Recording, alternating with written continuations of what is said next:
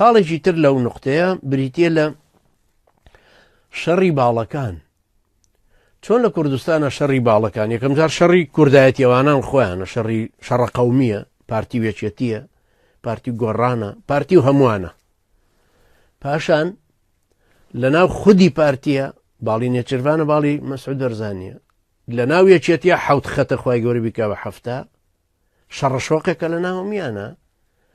بە ئاشکرا خەڵک جێشی ناردووە، دژە تیرۆری ناردووە لاهوری شێخ جەنگی و ئاراسی شێخ جەنگی و ئایلەی تاغوت تاڵەبانی و ئەم ئایلە خائینە فاسدە پیسە خەڵکی ناردووە لە دواوە کۆسرەت بکوژن، پێشمەرگەی کۆسرەت بکوژن. لەو کاتی کە هجوومی حەشدی شیعە هاتوۆتە سەری. ئەم تەسفیەکردنە چۆن لە لای ئێمە هەیە؟ لە ناو شیعەش هەیە. خۆ شیعە خەڵک وازانێ هەمویان یەکن وانە. بە تۆبدایان لە کەربەلا و نەجەف، هەر خۆیان لە زمانی پۆل برەمەرە مقتەدا سەدر چوو بووە نەجەف، لە نەجەفیاندا لە مەراقیدەکانیاندا بە تۆب.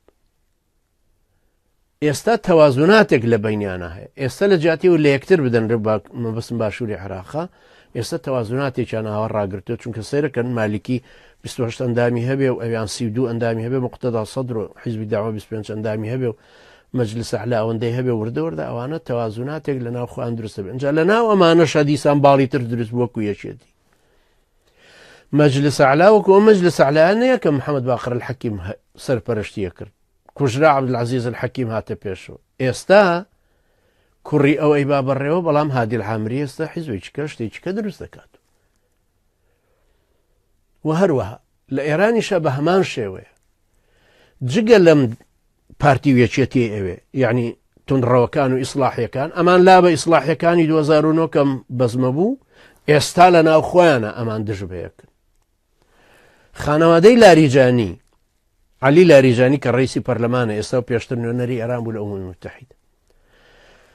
عەلی لاریجانی بۆ خۆی کە شوێنی تەشریعەکەی گرتووە، براگەورەکەی مستەشاری خامنەئیە، برایکی تری لە پاسدارانە. دیسان ئەم خانەوادەیە کۆمەڵێک مافیایانە، کۆمەڵێک سەریان گرتووە، کۆمەڵێک شوێنیان گرتووە.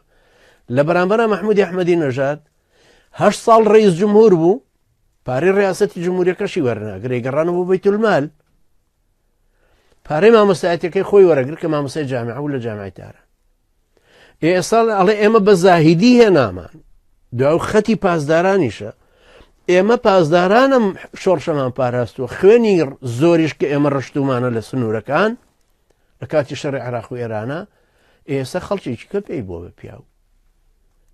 یعنی عینە ناوانی ژوا بینەوە ئەڵێ ئازاکانمان کردیان و ترسنۆکەکانمانەی خۆن، گا کردی و کەرەی خوا، وەکو مەسەلی کوردیڵێ. لای ئەوانی ژوایە، لای ئەوانیش کۆمەڵە خەڵکیی عەسکەری لای ئێمە لە ناو یەکێتیە هەست پێکام مەغبوونە، زوڵمی لێکراوە. ئێڵە کابرا چییە بیجامە لە پێک هاتوو ئێستا بۆ بە وەزیر؟ ئێکاکە کچی فڵان مەسئول، کچی فواد معسووم لە 500 هەموو سەفقەیەکی تیجاری وەزارەتی تیجاری هەڵگرتووە بۆ خۆی. کابراایکی پێشمەڕێش تەماشای خۆی کاتوەڵ باشە، ئێمە قوڕ و چڵپاوی دنیامان پێ هەڵپڕژە، ئێمە کیمیاویمان بەرکەوت، ئێمە هجوومەکانی ئەنفالمان ڕەتە کردەوە، ئێمە بەرامبەر دەبابە بووین لەو دەشتەی گەرمیانە. بۆچی مافمان وەکو ئەو نییە؟ ئەمیشەکەوێتە هەڵپەکردن، ئەویش کەوتۆتە هەڵپەکردن، وردەوردە ئاوا هەموو سەرمایەدارێکی زۆڵە سەرمایەدار دروست بوون. چکە بۆ ئەڵم زۆڵە سەرمایەدار ئەگەر خۆی بە ڕەنجیشانی خۆی پێایی کردوێ، حاجی محەممەدی بامۆکی کە زوای پێناڵی، ئەحمەد ئیسماعیل کە زوای پێناڵی، لەبەر خوان دەوڵەمەندی ئەوێن. لە ئێرانیشە بە هەمان شێوەیە کۆمەڵە خەڵکێکی گەندەڵ و فاسد هاتوونەتە سەرێ، لەم خانەوادانە کۆبوونەتەوە.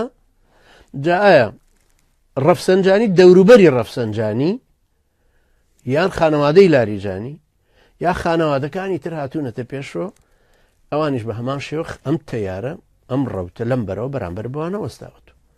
لەبەرەوە ڕاستە خۆپیشاندانەکان باسی نان و ئەمانە، باسی ئابووریە، باسی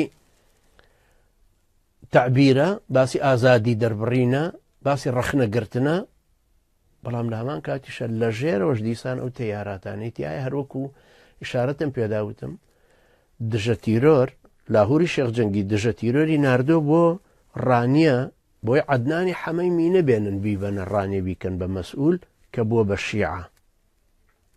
لەوێ خەتی ئێران و ئەم لە ئەهوری شێخ جەنگی سەنەمە تازەکەی ئێران بڵێن بەردە داشەکەی ئێران ئێستا ئەویش ئەمە گۆڕێ عەدنانی حەمەیمینە دێنە تێرە لەبەرەو لێرە نایەوێ فڵان مەسئول لەوێ ئەویان ئەو دەربڕێن ئەمەش لێرە هەمان شت تکرارە بێت لە ئێرانیشە بە هەمان شوێ ئەوەژە بێ فرامۆژ نەکەین کە ئەوە خەتێکی ژێرزەمینی و شەڕێکی شاراوەی شەڕە باڵەکان